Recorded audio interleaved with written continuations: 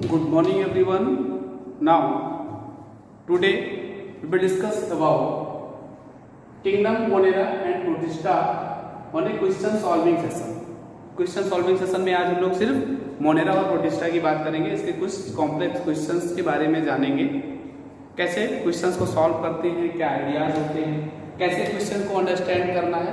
देखो बेटा, तो यहाँ पे मैंने नोट किया है फर्स्ट क्वेश्चन 54 नंबर का, एक्सरसाइज 1 में है बेटा आपके बुकलेट में 54 ट्राइकोडेस्मियम इरेथ्रियम विच इम्पार्ट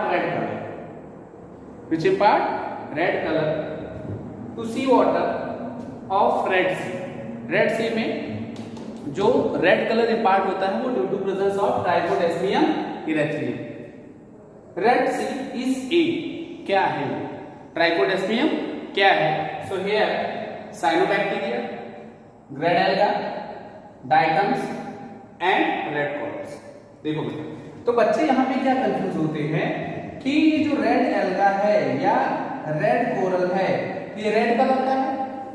हो सकता है कि रेड कलर का है तो due to presence of red colour Red Sea, red water जो रेड सी का है वो इन्हीं की वजह से होगा, बट ये रॉन्ग स्टेटमेंट है। जो red colour due to presence of cyanobacteria, red colour किसकी वजह से होता है बेटा? साइनोबैक्टीरिया की वजह से होता है। और ये जो अगर आपको नाम याद है तब तो बहुत अच्छा है, अगर नाम नहीं याद है तो आप याद रखना कि साइनोबैक्टीरिया का ही ये मेंबर है ट्राइकोडेस्मियम इरेथ्रियम।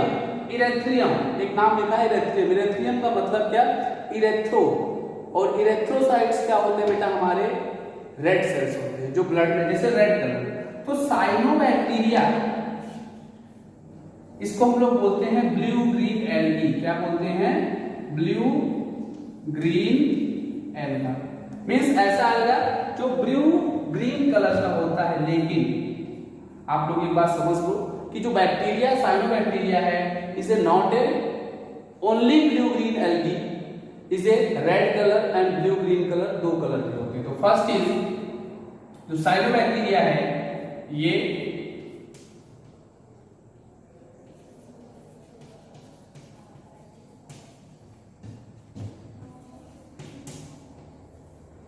Blue green in colour and second red in colour. अब अगर ब्लू ग्रीन कलर है और रेड कलर है तो due to presence of pigments, कोई पिगमेंट प्रेजेंट होगा। तो यहां पे पिगमेंट क्या होगा?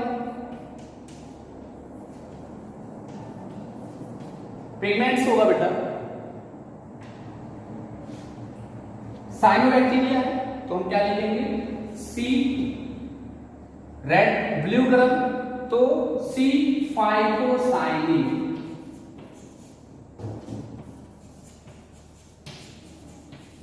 सी phycocyanin and red colour is due to pigments C यानी साइनोबैक्टीरिया और फाइव, लेकिन यहां पे साइन नहीं होगा, यहां पे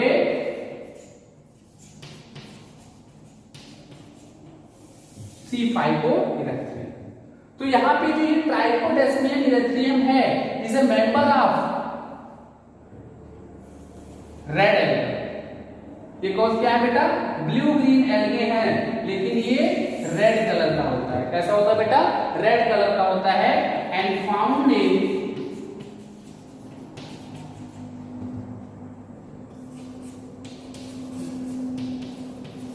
सरफेस ऑफ सी। सी के सरफेस पे दिखा होता है और रेड कलर का है। So the presence of Trichodesmium erythraeum due to red colour of sea. ये जो ट्राइकोडेस्मियम है ये ब्लू ग्रीन एल्गी है, नॉट ए रेड एल्गा। ये रेड एल्गा नहीं। एक बात और बता दूं, ये जो रेड एल्गा है ये कोई कलर रेड सी में प्रोवाइड नहीं करता। ये कहां होते बेटा? डीपेस्ट सी में पाए जाते हैं। डीपेस्ट सी में पाए जाने की वजह से ये कोई भी सी को ये कोई भी कलर प्रोवाइड नहीं करते। तो ये कहां पाए जाते हैं बेटा? डीपेस्ट सी में पाए जाते हैं। क्लियर? तो अगर कोई चीज डीपेस्ट सी में पाया जा रहा है तो वो अपने कलर को एक्सप्रेस नहीं कर पाता। जैसे यहां पे रेड एल्गा है तो surface of C in red color due to presence of trichodesmium, और trichodesmium is a cyanobacteria. Cyanobacteria सिर्फ और सिर्फ ब्लू ग्रीन कलर का नहीं होता, इसे red colour and blue green colour both colour, दो कलर के होते हैं, ठीक है ना। इसके बाद हम दूसरा क्वेश्चन देखते हैं। So let's try to solve question number 58. The function of mesosome in prokaryote. Here, the first function is aerobic respiration. Second is cell wall formation. Third, both 1 and 2. And fourth option is nitrogen fixation. अब हम इसमें देखते हैं सबसे पहले मेसोसोम्स के functions क्या क्या होते हैं। So,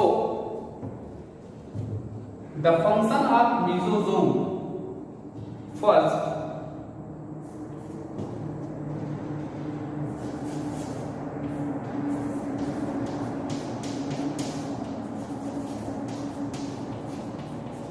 cell respiration,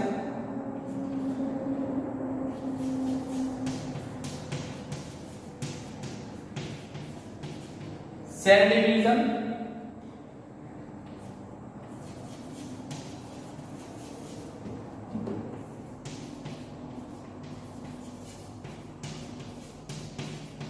cell wall secretion, three functions हो गए बेटा। Now the last functions is DNA,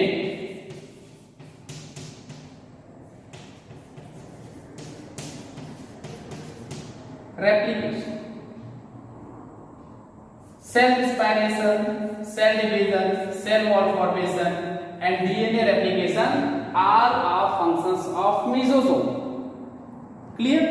अब इसमें से मैच कर aerobic respiration means cellular respiration, cell wall formation means cell wall secretion, both 1 and 2 दोनों सही है। नाइट्रोजन फिक्सेशन यहाँ पे आपको कहीं नहीं दिख रहा है, तो nitrogen fixation is a wrong statement. 1 and 2 both are true. So here option number 3rd. एक बात और, ये जो मेसोसोम है ये एज ए माइटोकॉन्ड्रिया काम करता है। जो सेल के अंदर माइटोकॉन्ड्रिया प्रेजेंट है, लाइक फंक्शनली माइटोकॉन्ड्रिया कैसा काम करता है, like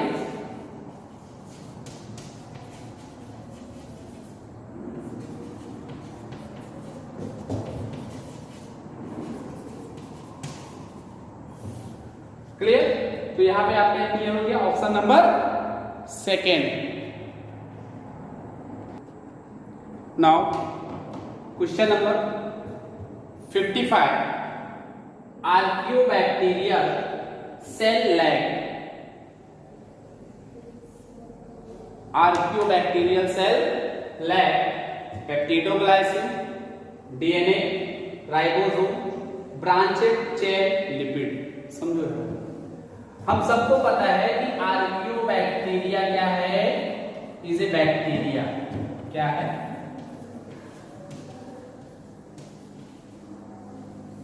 but it is a primitive bacteria. क्या है ये, प्रिमिटिव बैक्टीरिया। ये not a true bacteria, not a true bacteria, ये ट्रू बैक्टीरिया नहीं। और अगर ट्रू बैक्टीरिया नहीं है तो इसके पास में पेप्टिडोग्लाइसिन एब्सेंट होगा। क्यों? क्योंकि ट्रू बैक्टीरिया के पास में, ट्रू बैक्टीरिया हैज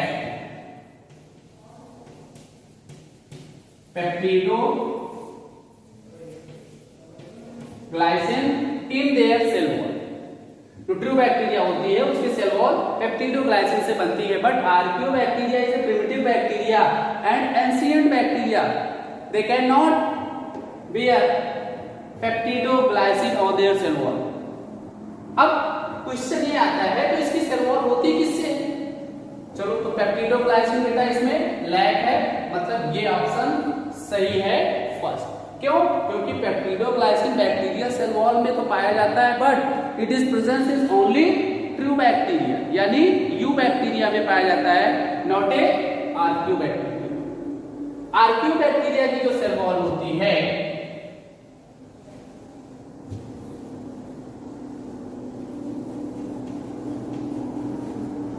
इसकी जो सेल वॉल होती है ये कॉम्प्लेक्स मेम्ब्रेन होता है।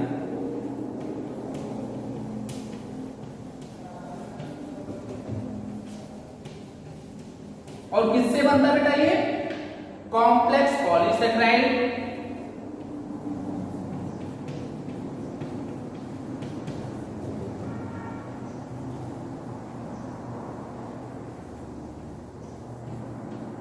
एंड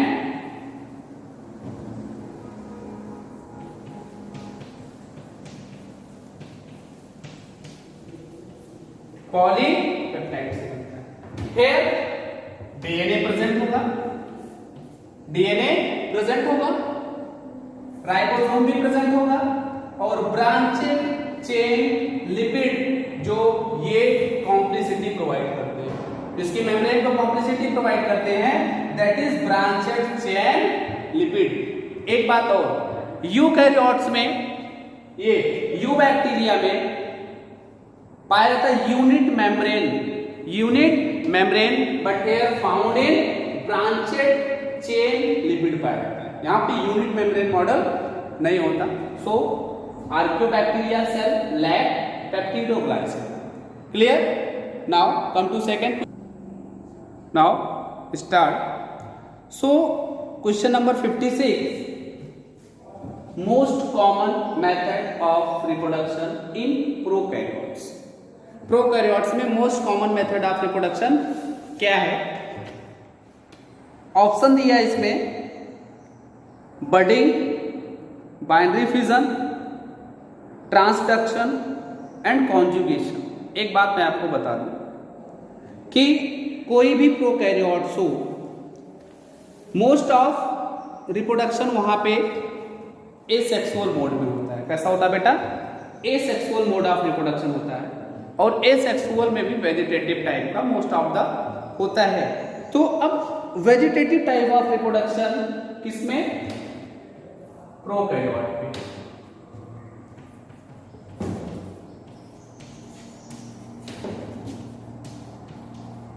वेजिटेटिव रिप्रोडक्शन मोस्टली पाया जाता है, और इस वेजिटेटिव में दो होता है, एक तो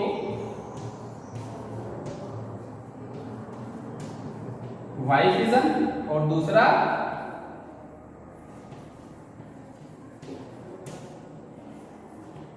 by budding.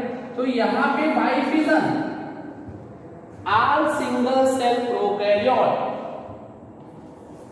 All single cell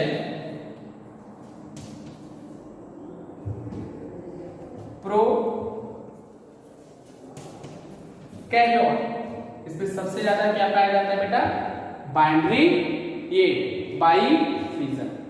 तो बाई फिजन वेजिटेटिव रिप्रोडक्शन है, जो मोस्ट ऑफ प्रोकैरियोट्स में सबसे ज्यादा टाइप का रिप्रोडक्शन कौन सा है?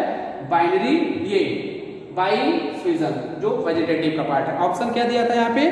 Budding, fission, transduction and conjugation. इसमें आपका ऑप्शन कौन सा सही है? By fission. Now come to second question. Now here question number 60, photosynthesis of blue green algae। हम सबको पता है ब्लू ग्रीन एल्गी फोटोसिंथेसिस करती है, बिकॉज दे हैव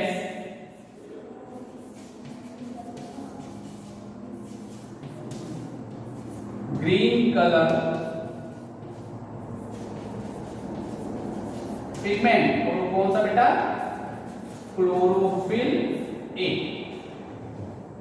तो ब्लू ग्रीन एल्गी के पास में क्लोरोफिल ए अगर पाया जाता है तो chlorophyll A is a universal pigment, और ऐसा यूनिवर्सल पिगमेंट है जो किसी भी जो फोटोसिंथेटिक प्लांट्स हैं, जो भी फोटोसिंथेसिस करते हैं, उन सब के पास में क्लोरोफिल ए पाया जाता है। तो देखो ऑक्सीजन।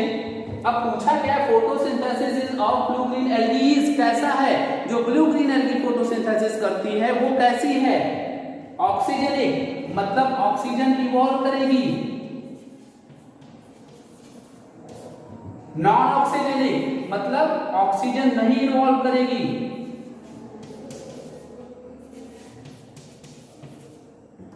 बोथ यानी दोनों, टोटल मतलब इसमें से कोई नहीं। अब हम सबको पता है कि blue green algae oxygenic photosynthesis करती है। क्यों? क्योंकि हमको ये भी पता होना चाहिए कि blue green algae is a first O2 producer in earth पे। सबसे पहले O2 प्रोड्यूस करने वाला अगर कोई है तो वो ब्लू ग्रीन एल्गी है। ब्लू ग्रीन एल्गी क्या है, बैक्टीरिया में रखा गया। विटेकर ने इसको किस पे रखा, बैक्टीरिया में। बट सम प्लांट्स क्लासिफाई करने वाले जो भी साइंटिस्ट थे उन्होंने इसको कहां पे रखा, प्लांट्स में रखा, है ना। क्यों? अब देखो तो क्या ऑप्शन होगा, ऑक्सीजनिक फोटोसिंथेसिस। क्यों? क्योंकि आपको ये तो पता ही होगा कि सबसे ज्यादा O2 प्रोड्यूस कौन कर रहा है, ब्लू ग्रीन एल्गी। सबसे पहले O2 किसने प्रोड्यूस किया था, ब्लू ग्रीन एल्गी ने। तो ब्लू ग्रीन एल्गी फोटोसिंथेसिस जो करेगी वो कैसी करेगी, ऑक्सीजन इवॉल्व करेगी। अगर ऑक्सीजन इवॉल्व कर रही है that is called oxygenic photosynthesis. तो ये मे भी आप लगता है समझ में आ गया आपको। Now come to second question. अब क्लोरोफिल ए का क्या रोल है ये सारा आप देख लीजिए। Now come to second question, question number 61। Which are the following only group of oxygenic organism capable of using inorganic compounds as a source of energy? देखो आप सबको पता है कि एनर्जी बनाने के लिए हमें किसी न किसी कंपाउंड की जरूरत होती है, चाहे वो इनऑर्गेनिक हो या ऑर्गेनिक कंपाउंड। अब इसने क्या बोला कि इनऑर्गेनिक सब्सटेंस को यूज करके एनर्जी बना रहा है। ऐसा एनिमल्स, ऐसा ऑर्गेनिज्म जो इनऑर्गेनिक कंपाउंड्स को यूज करके एनर्जी बना रहा है, तो वो फंजाई है, कि कीमो ऑटोट्रॉफ्स होते हैं, कि दोनों हैं, कि इसमें से कोई नहीं है।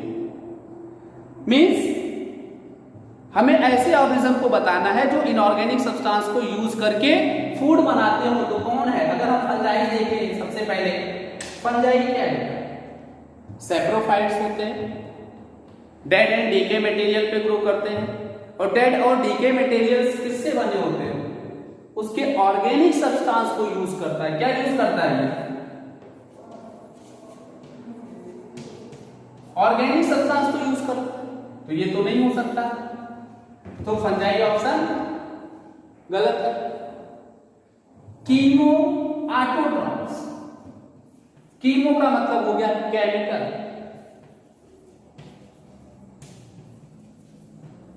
मतलब ये केमिकल यूज करेगा अपने न्यूट्रिशन के लिए, केमिकल यूज करेगा फॉर न्यूट्रिशन।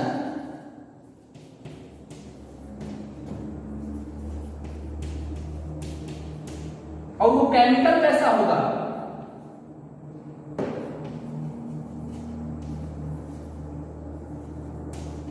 Inorganic chemical. क्या होगा बेटा, आपने देखा होगा जितने भी कीमो ऑटोट्रॉफ्स होते हैं, like nitrifying bacteria, sulphur bacteria.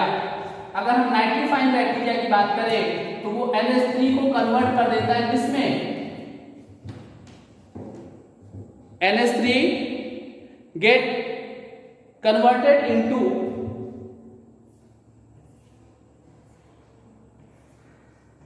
Nitrate. तो इसके लिए कौन यूज हो रहा है बेटा, कीमो ऑटोट्रॉफ्स, जो इसका यूज करके और इसको बना रहा है। ऐसे सल्फर बैक्टीरिया,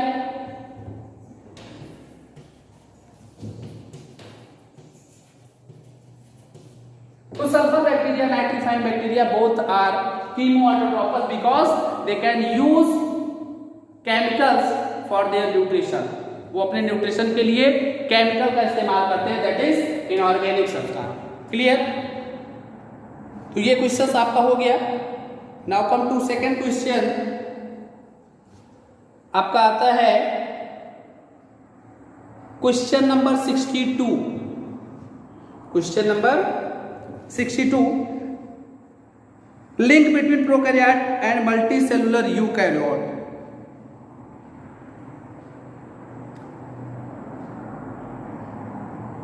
एक मिनट,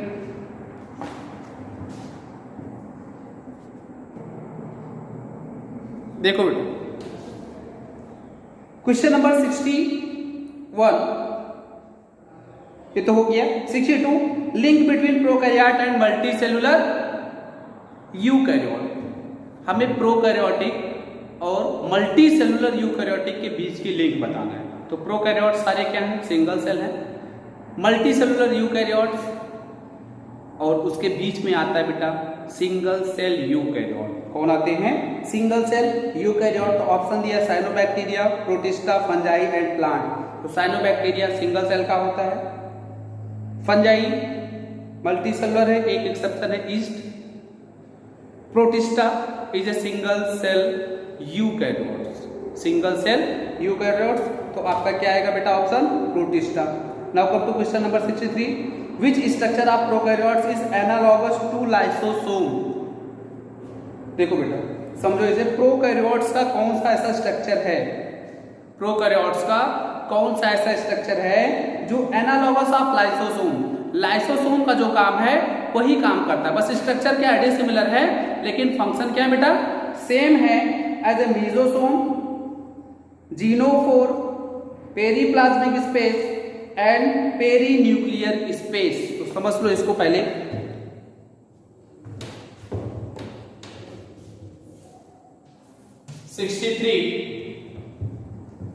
क्या पूछा क्वेश्चन इसने?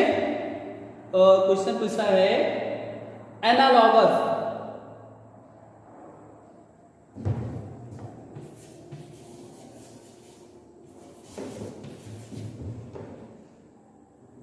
जिसमें ये कोई सेल है और ये प्लाज्मा मेम्ब्रेन है, ये सेल वॉल और ये प्लाज्मा मेम्ब्रेन। इन दोनों के बीच का जो स्पेस है that is called periplasmic space. क्या बोलेंगे बेटा इसको? पेरी प्लाज्मिक स्पेस बोलते हैं।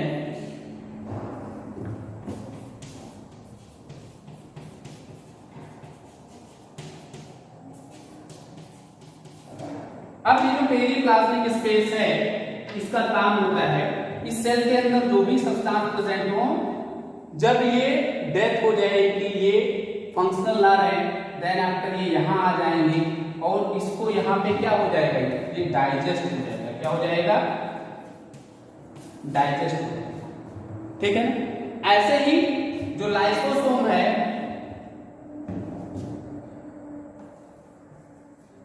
उसका भी काम क्या है?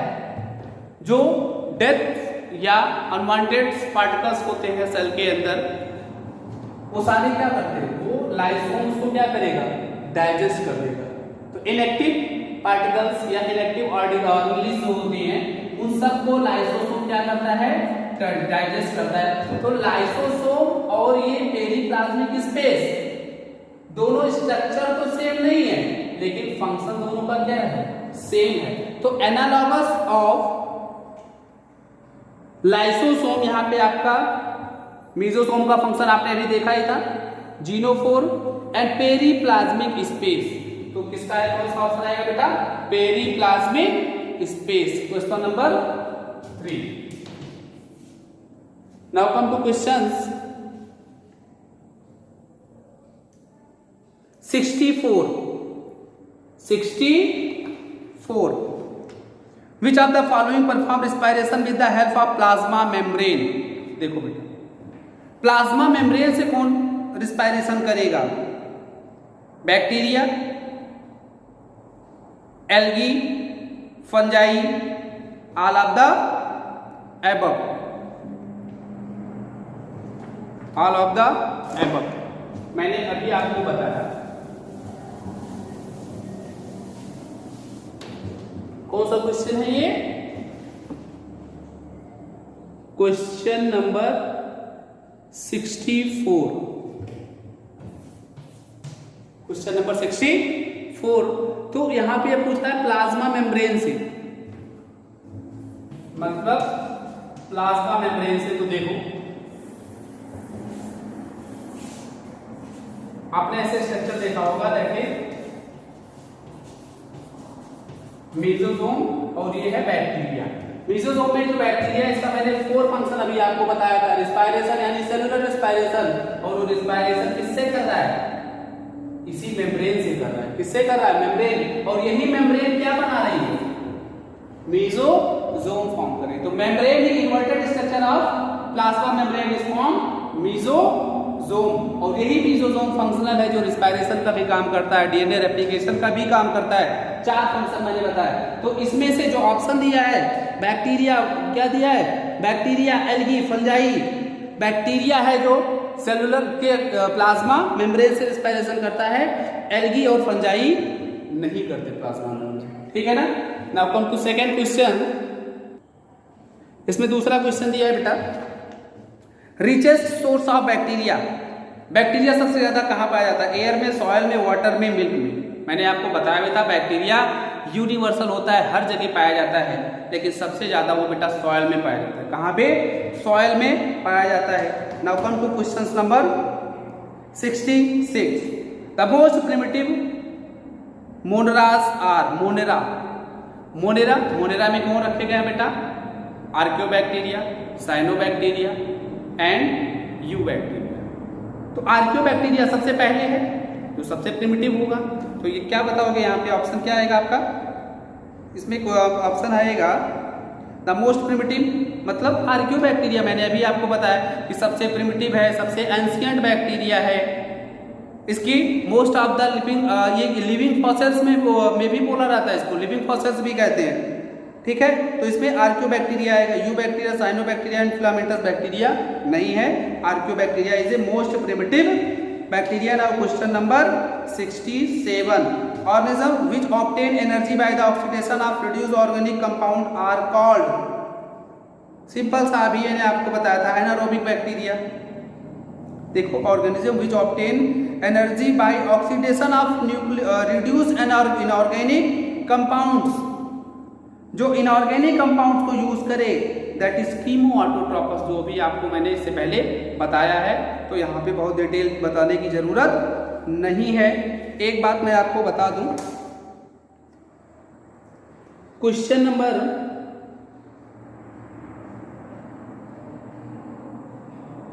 Now question number 71। Wine turn सोर बिकॉज ऑफ। वाइन जो है सोर में टर्न हो रहा है, मीन्स वाइन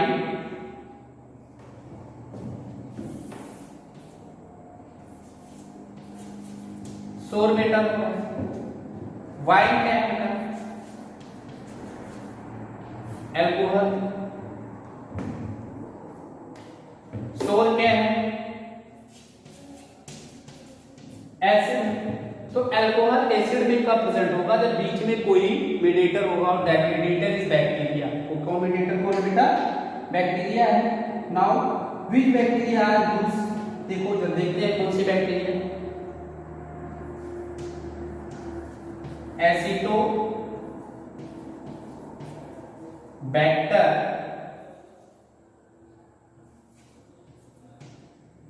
एसिटाइन, एसिटोबैक्टर, एसिटाइन। समझो, अब ये जो एसिटोबैक्टर एसिटाइन है, देखो वाइन, वाइन के पास में क्या हो गया? O2 रिड्यूस हो गया। तो O2 अगर रिड्यूस है, तो इस इन्वायरमेंट में कौन सी ऐसी बैक्टीरिया है जो डेवलप कर सकती है? एसिटोबैक्टर एसिटाइन। और एसिटाइन मतलब सोर एसिड, एसिड में कन्वर्ट हो गया, मतलब ये एसिटिक एसिड है।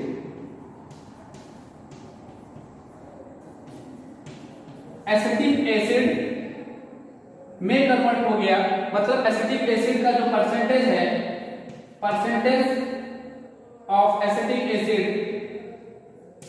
Is more. जब वाइन में एसिटिक एसिड का परसेंटेज ज्यादा हो जाएगा दैट इज सोर हो जाएगा। क्या हो जाएगा वो? सोर इन टेस्ट। तो ये O2 रिड्यूस है, O2 की कमी है, तो यहाँ पे ऐसी बैक्टीरिया डेवलप करेगी जो ऑक्सीजन के एब्सेंस में भी ग्रो कर सकती है। तो Acetobacter aceti is a bacteria which can grow. ये कौन सी बेटा? ये एरोबिक। ये कौन सी बैक्टीरिया होती है? ये ऐसी बैक्टीरिया बेटा एनारोबिक बैक्टीरिया। कौन सी बैक्टीरिया है? एनारोब्स है। तो इसको हम क्या बोल सकते हैं? Facultative anaerobe. In aceti producing bacteria facultative anaerobic bacteria.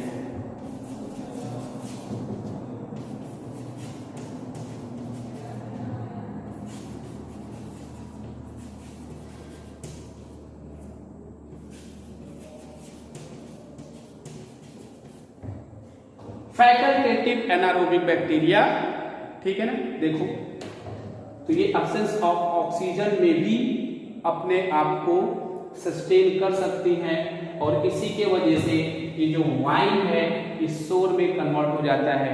सोर के अंदर एसिटिक एसिड का कंसंट्रेशन ज्यादा होता है, मोर होता है। तो आपका आंसर क्या होना चाहिए बेटा?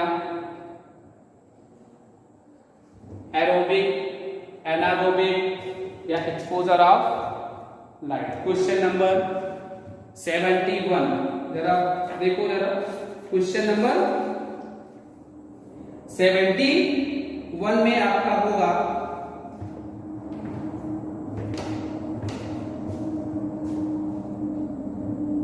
Facultative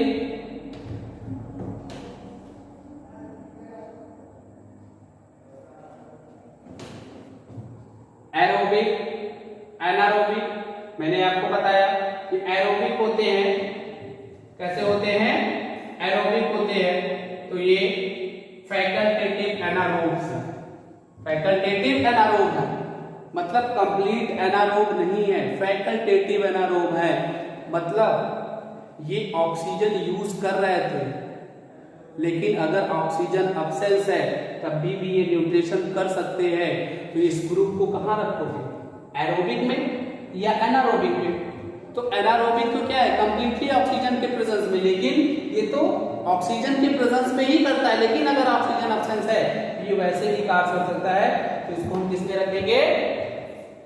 aerobic bacteria. किसमें रखोगे बेटा? एरोबिक बैक्टीरिया में। So now question number 19। The diatomaceous earth is used to insulator, boiler and steam pipe because diatomaceous earth is used to। अब diatomaceous earth क्या है? क्या स्पर्ग है? डाइएटमोसियस डाइटम से पाया जाता है, सिलिका से बनता है। तो देखो सिलिका से बनता है। सिलिका क्या है बेटा? Silica is a heat resistant material. ऐसा होता है बेटा, हीट रेसिस्टेंट मटेरियल होता है। सो इससे क्या बनाया जा रहा है? इंसुलेट बॉयलर्स बनाया जा रहा है, जिसपे टेम्परेचर का ज्यादा इफेक्ट ना हो। स्टीम पाइप्स बनाई जाएगी जिसपे भी टेम्परेचर का इफेक्ट ना हो। तो the wall of diatoms is deposited with calcium. आपने पढ़ा होगा कि डाइटम्स की जो वॉल होती है वो सिलिका से बनती है। तो ये ऑप्शन गलत है। Second option, diatomaceous earth is cheap. Diatomaceous earth यानी जब सिलिका कम परसेंटेज में प्रेजेंट होगा तो वो हीट रेसिस्टेंस कैसे होगा? तो ये भी रॉन्ग स्टेटमेंट है। Third, it is good conductor of heat. It is good conductor of heat. नहीं बेटा, हीट को थोड़ी ना कंडक्ट कर रहा है। The wall of diatoms is made up of silica. तो सिलिका के प्रेजेंट होने की वजह से डाइएटमॉस्फियस अर्थ यानी सिलिकेट्स का फॉर्मेशन होता है, that is heat resistant material. Now come to question number 94। देखो बेटा question number 94।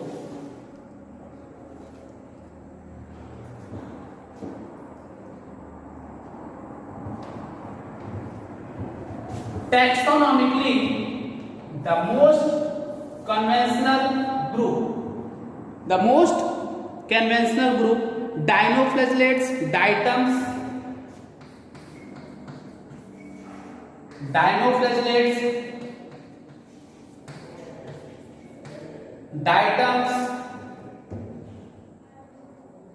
euglenoids,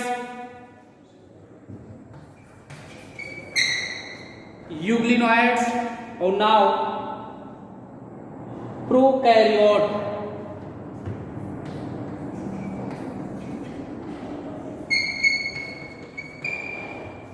dinoflagellates, diatoms, euglenoids या prokaryotes। तो टैक्सोनॉमिकली, अगर हम टैक्सोनॉमिकली बात करें मतलब क्लासिफिकेशन यानी अरेंजमेंट यानी सिस्टमैटिक, अगर हम सिस्टमैटिक की बात करें तो मोस्ट कन्वेंशियल ग्रुप कौन है, कंट्रोवर्शियल, जिसके साथ ज्यादा से ज्यादा कंट्रोवर्सी, कई बार उसकी चीजें चेंज होती गई। नाउ डायनोफ्लाजेलेट्स तो नहीं हो सकता, डायटोम्स किसमें है, डायरेक्टली ये आपका पाया जाता है प्रोटिस्टा में, डायटम्स भी प्रोटिस्टा में पाया जाता है, यूग्लिनॉइड भी प्रोटिस्टा में पाया जाता है, और प्रोकैरियोट को ऑलवेज मोनेरा में पाया जाता है। अब ये जो यूग्लिना है आपने पढ़ा होगा, यूग्लिना प्लांट भी है,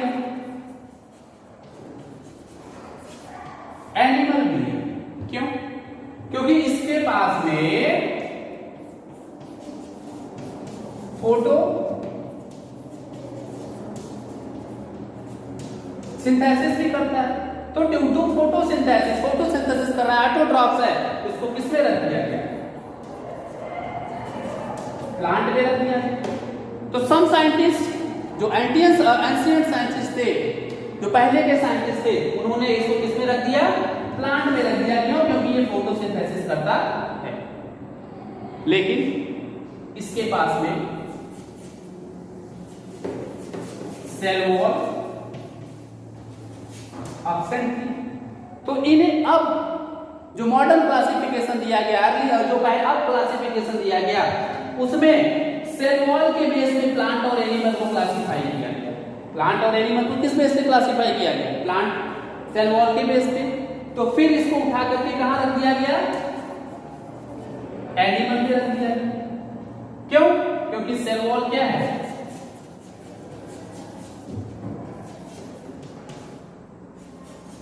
एब्सेंट है, और हेटेरोट्रॉपिक न्यूक्लिएशन भी करता है।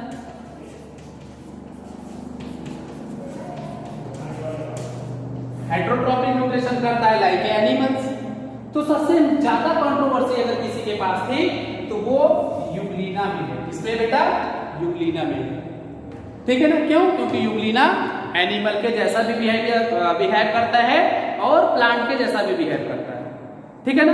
तो पहले एंशिएंट टाइम के लोगों ने इसको प्लांट में रखा था, लेकिन अब इसको एनिमल में, बाद में कई लोगों ने एनिमल में रखा। लेकिन जब विटेकर का क्लासिफिकेशन सिस्टम आया तो यूग्लिना को उन्होंने अलग से प्रोटिस्टा में रख दिया। किसमें रख दिया बेटा, प्रोटिस्टा में रख दिया। ठीक है ना? तो ये कुछ क्वेश्चंस थे जो मैंने बताया आपको। Now come to question number 97। Taxonomist feel difficulty in classification of. Taxonomist यानी जिसने क्लासिफिकेशन किया, वो साइंटिस्ट जो थे, उनको डिफिकल्टीज क्लासिफिकेशन, किसको क्लासिफाई करने में ज्यादा डिफिकल्टीज हुई, प्रोकैरियोट्स, यूनिसेलुलर यूकैरियोट्स, प्लांट्स या एनिमल। सबसे ज्यादा उनको डिफिकल्टीज किसमें हुई बेटा, यूनिसेलुलर यूकैरियोट्स में। Unicellular eukaryote. क्यों? क्योंकि यूनिसेलुलर भी है और यूकैरियोट्स में आते हैं, जैसे यूग्लिना है ना। Now question number 103। Slime moulds is known is naked fungi. Slime mould saprophytic fungi होता है, ये सैप्रोफिटिक होता है बेटा। ये बिलोंग करता है फंजाई से। किससे रिजेंबल करता है, फंजाई से रिजेंबल करता है। और slime moulds is known as naked fungi. Cell membrane absent, cell wall absent, cell wall the cell membrane absent, never neck. 4 option दिए हैं, जिसमें से आपका option number cell wall absent. आप सबको पता है, समझ लो।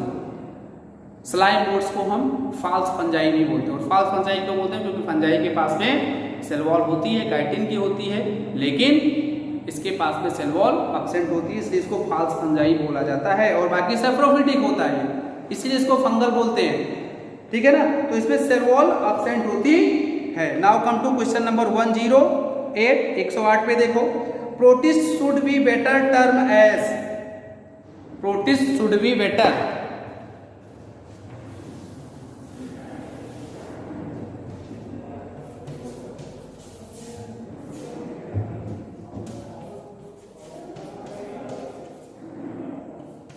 प्रोटिस्ट है क्या ये बेटा? सिंगल सेल यूकैरियोट है ना, सिंगल सेल यूकैरियोट। तो यहां पे जो ऑप्शन दिया है protist should be better, acellular, cellular, multicellular, coenocytic. Coenocytic condition जानते हो आप लोग, एक से ज्यादा न्यूक्लियस एक सेल में। मल्टी सेलुलर होता ही नहीं है, ये प्रोटिस्टा कोई मल्टी सेलुलर नहीं होता। सेलुलर, सेलुलर का मतलब होता है कि इसकी बॉडी सेल से बनी है, ना कि एक सेल की, दो सेल की, चार सेल से। तो सेलुलर का मतलब क्या हो गया कि इसकी बॉडी सेल से बनी है। Now come to acellular, acellular एक वर्ड दिया है,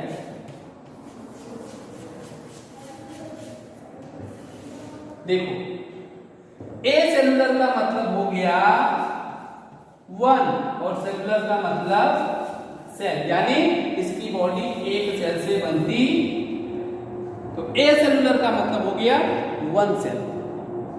ठीक है ना, तो ये कुछ क्वेश्चंस थे किंगडम मोनेरा, किंगडम प्रोटिस्टा के, जो कॉन्सेप्शनल क्वेश्चंस थे उसके बारे में मैंने आपको बता दिया। नाउ इसके बाद अब हम नेक्स्ट सेशन, क्वेश्चन सेशन में मिलेंगे। ठीक, इसके बाद हम लोग प्लांट किंगडम, फंजाई और प्लांट किंगडम को डील करेंगे। ठीक है, ओके बेटा, थैंक्स फॉर वॉचिंग।